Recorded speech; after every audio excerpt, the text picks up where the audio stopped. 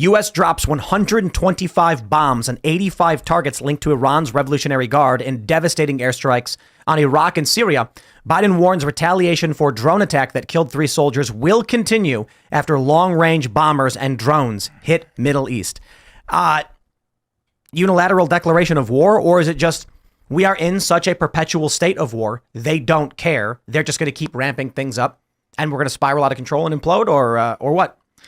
They're used to being a wasteland of our bomb shrapnel. It doesn't seem like it could escalate into a regional war, but they telegraphed it to everyone that we'd be bombing them. So then everyone that might have been responsible for the drone attack is gone.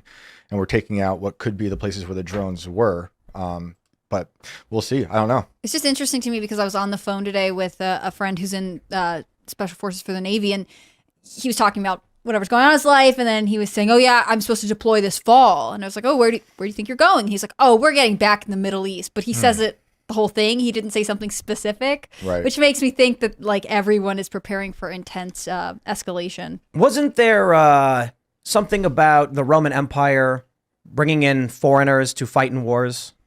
That is part of the story, I believe. Is it part of the story? Does anybody know enough about the Roman Empire? Come on, man. I thought this was all you think about. It every single day, yeah. Yeah. But seeing this, you know, it's perpetual war. The fact that Congress does not approve of these things anymore. We've been at war in the Middle East for decades or longer, actually. And we're in Syria? Iraq and Syria. I mean, Iraq, I know. Right. And Syria, when? I mean, of course it happened with... We never left. Well, with Obama, we would go in.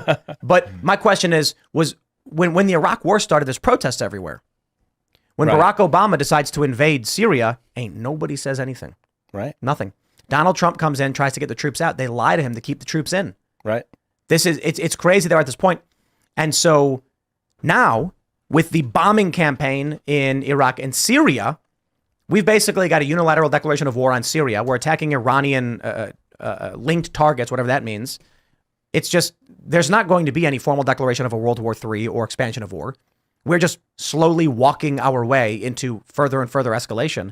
On top of that, everyone has been sharing this video from December 4th of C-SPAN of Senator Dick Durbin saying we should make illegal immigrants soldiers. We should bring them in. I mean, this is C-SPAN right here. Dick Durbin wants to make it possible for illegal immigrants to join the U.S. And I've been getting a bunch of people messaging me being like, that's exactly how the Roman Empire collapsed. Yeah, I mean, I remember we did IRL the day he did this, and Kingsley Cortez was here, and we had the same reaction, which was that you can't have a bunch of people who don't have a tie to this country come in and fight for you, because ultimately their loyalty is to the federal government. It's not to the culture or the people or the states, and that is dangerous for the population that potentially could resist the federal government. It's such a ridiculous suggestion, but it's obviously been on the minds of senators in this country for a long time. Again, to me, that speaks that they are not ultimately loyal to the people that they serve. They're loyal to power and controlling the masses. Yeah, it's kind of like the new form of DACA, right? This is the way we get more migrants into our country. We let them serve in our military, and then we give them citizenship, say, well done.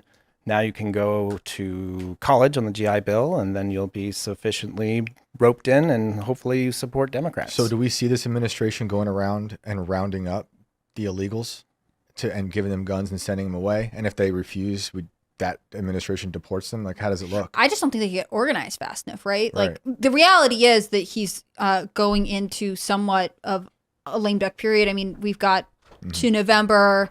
We expect a wave of executive actions or orders at the end of the year, but like, I just don't know. The thing is, like, one of the reasons that we don't know the true number of how many illegal aliens are here is because they are unregistered. So how would the government, round up enough of them? They'd have to put out a call. And most immigrant groups, like all of the NGOs or nonprofits that support illegal aliens in this country, they always say, like, if police come to your door, don't answer and, resist that. So actually there's now a problem, like, you can't get them to come out. And the propaganda is crazy. There's this viral meme, I guess, going around at statistics on crime.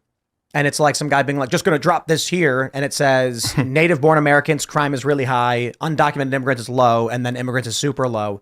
And I'm just like, my guy, the crime rate for illegal immigrants is at least 1-to-1.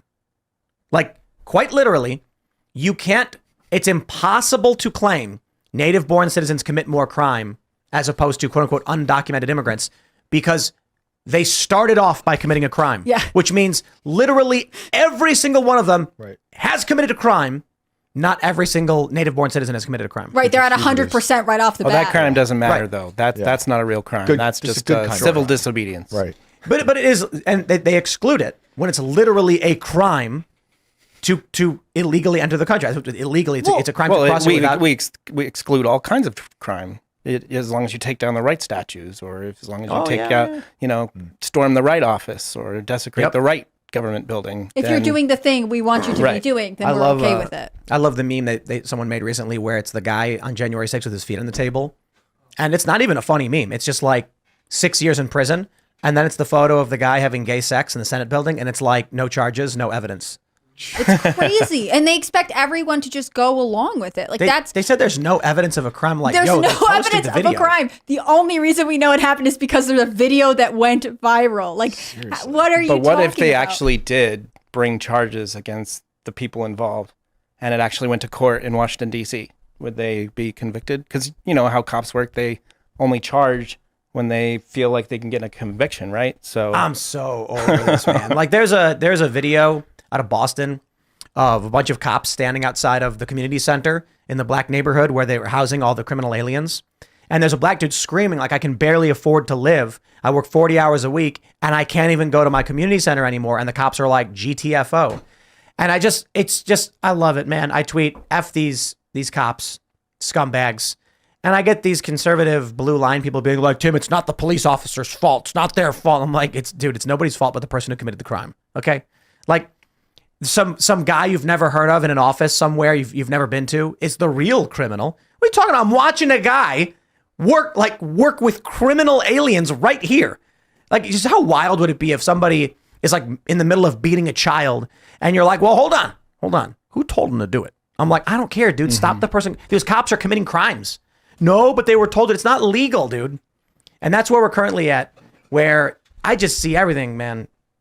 I think we got cultural victories and all that stuff, but man, it does feel like things are falling apart because you got every man for himself mentality. It's like watching the cops not do anything for the riots, like Right. in the city, just Like, standing by. Meanwhile, when they were told to go arrest people trying to have a prayer service in a park in the city, they would do that.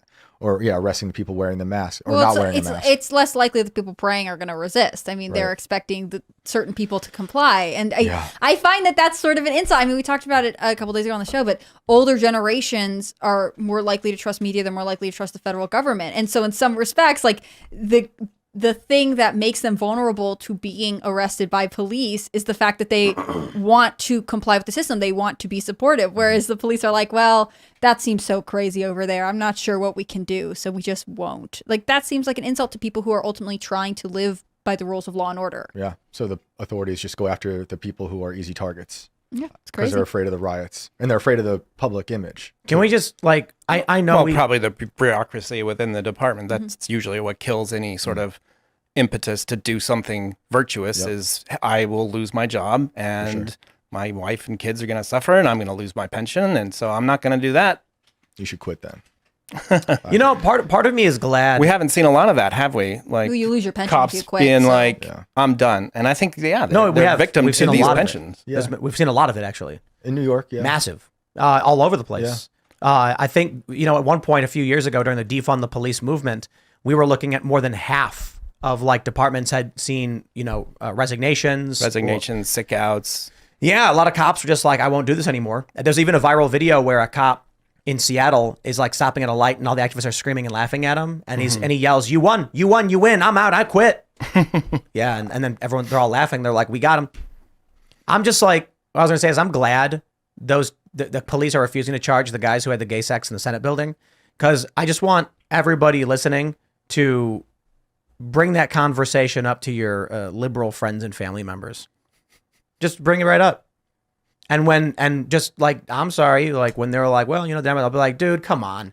There's a viral video literally of a Democrat senator staff member getting banged in the Senate building and they won't criminally charge him. You want to come to me?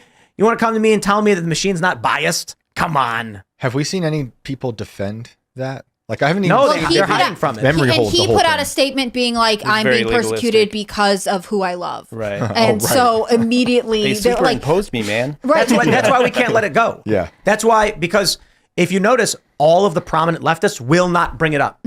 So everybody should just keep talking about it. And it took like 36 hours for it to puncture through mainstream. I think Fox was one of the first people to report on it. But again, it wasn't that much. I mean, the story is crazy. Typically, what they say is sex sells. And in this case, it's like, no one can talk That's the about wrong it all. kind. Wrong. Yeah, not this one. We don't like Yeah, this one. we did the Culture War episode maybe the day or two after that happened, and we on the show looked it up in the news, and there were no reports on Yep. it at all. Thanks for watching this clip from the Timcast IRL podcast. Hang out with us live Monday through Friday at 8 p.m. and become a member over at timcast.com for uncensored, members-only shows exclusive. Thanks for hanging out, and we'll see you all next time.